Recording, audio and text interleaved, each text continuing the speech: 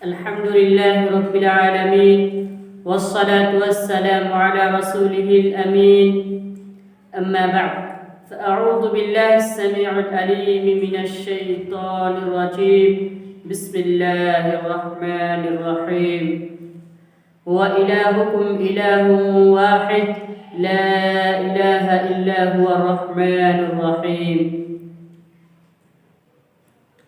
محترم ناظرین کرام، آج کی اس نشست میں ہم پیش کریں گے توحید کی اہمیت، فضیلت اور اقسام. توحید اسلام کی بنیادی اصولوں میں سے ایک ہے اور اسلام کے 5 بنیادی ارکان میں سے پہلا رکن ہے.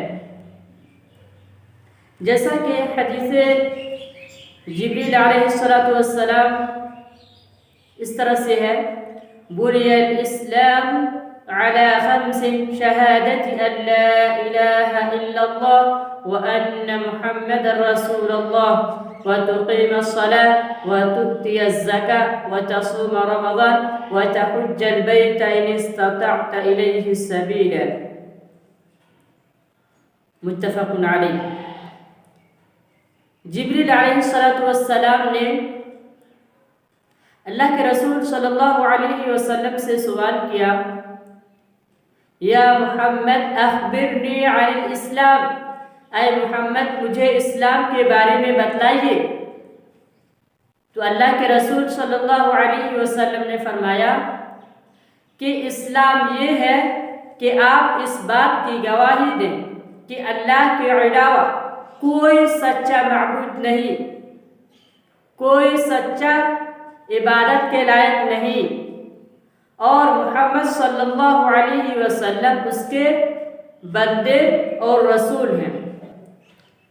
قرآن و حدیث میں اس کے بے شمار فضائل بیان کیے گئے ہیں، بلکہ آپ قرآن کریم اور حدیث نبوی صلی اللہ علیہ وسلم کا گہرا مطالعہ کریں گے تو آپ کو اندازہ ہوگا کہ قرآن کریم کے بیشتر مقامات میں اللہ رب العالمین نے بڑی مثالوں کے ذریعے سے، بڑے اچھوتے اور خوبصورت اسلوب میں مثالوں کے ذریعے سے توحید کی اہمیت اور فضیلت کو اجاگر کیا ہے. اسی طرح سے اللہ کے رسول صلی اللہ علیہ وسلم نے جا بجا حدیثوں کے اندر، مختلف موقعوں کے اندر، عام خطاب کے اندر، مجموع میں توحید کی اہمیت کو لوگوں کے سامنے واضح کیا ہے. آئیے ہم ان آیات کریمہ اور مختصر احادیث نبویہ صلی اللہ علیہ وسلم ملاحظہ کرتے ہیں، سماعت فرماتے ہیں. ایک آیت کریمہ ہے سورہ بقرہ کی: وَإِلَٰهُكُمْ إِلَٰهٌ وَاحِدٌ لَا إِلَٰهَ إِلَّا هُوَ الرَّحْمَٰنُ الرَّحِيمُ. اے لوگو، تمہارا معبود ایک ہی معبود ہے اور اس کے علاوہ تمہارا کوئی معبود نہیں. وہ رحمان اور رحیم ہے. اس آیت کریمہ میں بھی سب سے پہلے اللہ رب العالمین کے معبود ہونے کا اقرار کیا گیا، اور آیت کریمہ کے دوسرے ٹکڑے سے اللہ کے علاوہ کسی کی بھی معبود کی نفی کی گئی، کسی کے معبود ہونے کا انکار کیا گیا. ایک اور آیت کریمہ ملاحظہ کیجیے جس سے یہ ثابت ہوگا کہ اس کائنات کے اندر اللہ کے علاوہ کئی خود ساختہ، خود سے بنائے ہوئے معبود ہیں، لیکن وہ معبود حقیقی اور معبود برحق نہیں ہے، بلکہ وہ معبود باطل ہیں، جھوٹے معبود ہیں۔ ارشاد گرامی ہے ذَلِكَ وَأَنَّ اللَّهَ هُوَ الْحَقُّ وَأَنَّ مَا يَدْعُونَ مِن دُونِهِ هُوَ الْبَاطِلُ وَأَنَّ اللَّهَ هُوَ الْعَلِيُّ الْكَبِيرُ۔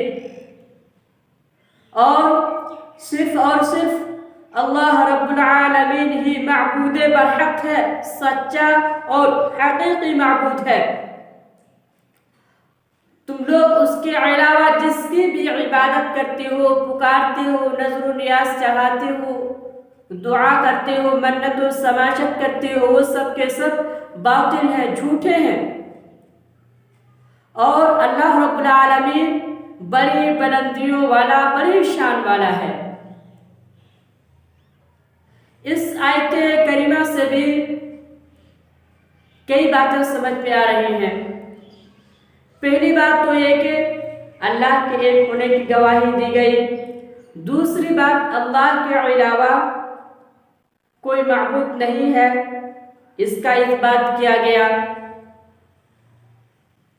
اور اللہ کے علاوہ جو بھی معبود ہیں وہ خود ساختہ معبود ہیں، وہ حقیقی معبود اور برحق معبود نہیں ہے، اس کی کوئی حقیقت نہیں ہے۔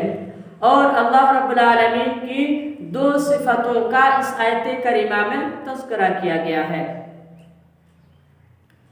دراصل لا الہ الا اللہ کے بھی دو ہی ارکان ہیں، پہلے اس میں نفی ہے، پھر اثبات ہے۔ نفی اس بات کی یعنی سارے معبودوں سے نفی کی گئی ہے، کوئی سچا معبود نہیں، کوئی برحق معبود نہیں۔ اور اخیر کے ٹکڑے میں کہا گیا کہ حقیقی اور معبود صرف اللہ رب العالمین ہی حقیقت میں عبادت کے لائق ہے۔ توحید کی اسی اہمیت اور فضیلت کی وجہ سے اس کائنات کے اندر، اس روئے زمین کے اندر انسانوں کی رشد و ہدایت کے لیے جتنے انبیاء اور رسول مبعوث ہوئے، ان تمام نبیوں اور رسولوں نے اپنی قوموں کو ایک ہی بات کی دعوت دی، اور وہ دعوت توحید تھی۔ دعوت توحید تمام انبیاء کی اولین اور سب سے پہلی دعوت ہے، اور اسی موضوع کے ذریعے سے کسی بھی داعی کو اپنی دعوت کا آغاز کرنا چاہیے۔ جیسا کہ اللہ رب العالمین کا ارشاد گرامی ہے وَمَا أَرْسَلْنَا مِن قَبْلِكَ مِن رَّسُولٍ إِلَّا نُوحِي إِلَيْهِ أَنَّهُ لَا إِلَٰهَ إِلَّا أَنَا فَاعْبُدُونِ۔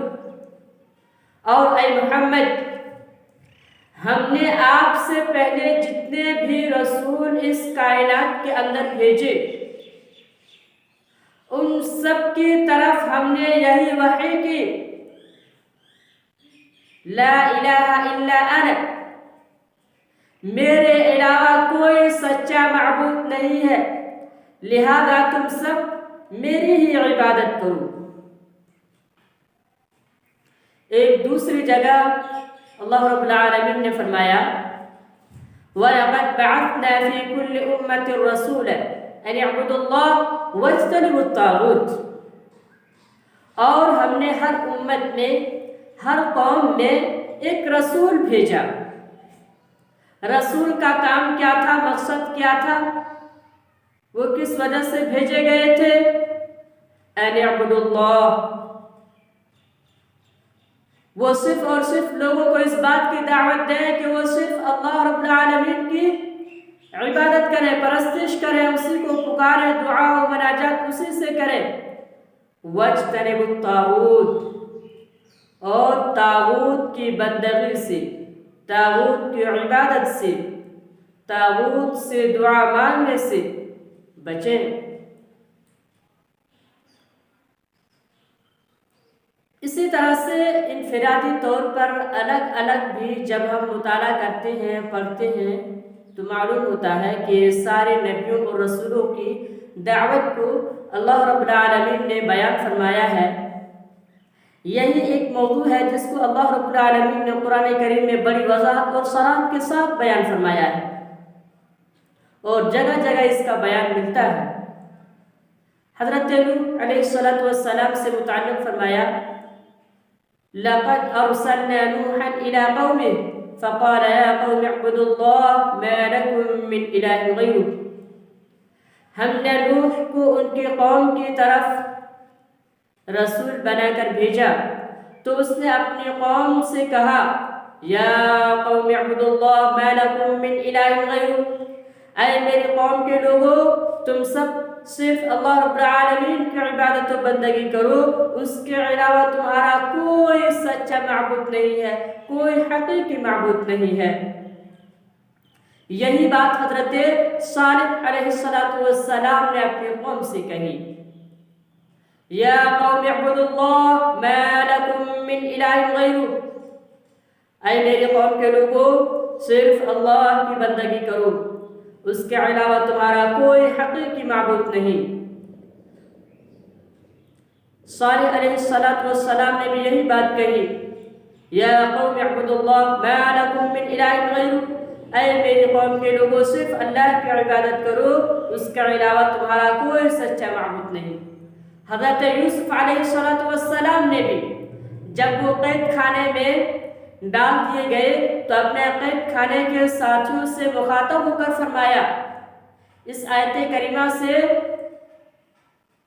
داعیوں کو سبق سیکھنا چاہیے کہ وہ جہاں رہے، جس حال میں بھی رہے، جس قدر ممکن ہو، دعوت الی اللہ کا فریضہ انجام دینے کی کوشش کرے، چاہے گھر ہو، سفر ہو، حضر ہو، قید خانے میں ہو یا کسی اور جگہ ہو۔ آیت کریمہ دیکھ لیتے ہیں: یا صاحبی السجن اارباب متفرقون خیر ام اللہ الواحد القہار، ما تعبدون من دونه الا اسماء سميتموها انتم وآباؤكم ما انزل الله بها من سلطان ان الحكم الا لله امر ان لا تعبدوا الا اياه ذلك الدين القيم ولكن اکثر الناس لا يعلمون۔ اے میرے قید خانے کے ساتھیوں، کیا بہت سارے معبود بہتر ہیں یا ایک اللہ جو سب پر غالب ہے؟ تم لوگ اس کے علاوہ جس کی بھی عبادت کرتے ہو، پرستش کرتے ہو، وہ صرف نام ہے جسے تم نے اور تمہارے آبا و اجداد نے رکھ لیے ہیں۔ اللہ رب العالمین نے اس کی کوئی دلیل نازل نہیں فرمائی ہے، اور ساری فرما روائی، ساری سلطنت اور حکومت اسی اللہ رب العالمین کی چلتی ہے، لہذا اس نے حکم دیا ہے کہ تم سب صرف اسی کی عبادت اور بندگی کرو، یہی درست دین ہے، لیکن اکثر لوگ اس بات کو نہیں جانتے۔ اللہ کے رسول صلی اللہ علیہ وسلم نے حضرت معاذ ابن جبل رضی اللہ تعالی عنہ کو یمن بھیجتے وقت فرمایا: انک تأتی قوما من اہل الکتاب، اے معاذ تم اہل کتاب کے پاس جا رہے ہو، اے معاذ تم اہل کتاب کے پاس جا رہے ہو، فادعوہم الی شہادت ان لا الہ الا اللہ، لہذا ان لوگوں کو اس بات کی دعوت دینا کہ تم سب اس بات کی گواہی دو کہ اللہ کے علاوہ کوئی سچا معبود نہیں ہے۔ دوسری حدیث کے الفاظ ہیں: فَلْيَكُنْ أَوَّلَ مَا تَدْعُوهُمْ إِلَيْهِ شَهَادَةُ أَن لَا إِلَٰهَ إِلَّا اللَّهُ، کہ ان لوگوں کو سب سے پہلے جس بات کی دعوت دینا، جس بات کی تلقین کرنا، جس بات کا حکم دینا، وہ ہوگا وحدانیت کا اقرار، اللہ رب العالمین کے ایک ہونے کا اقرار کی گواہی دینا۔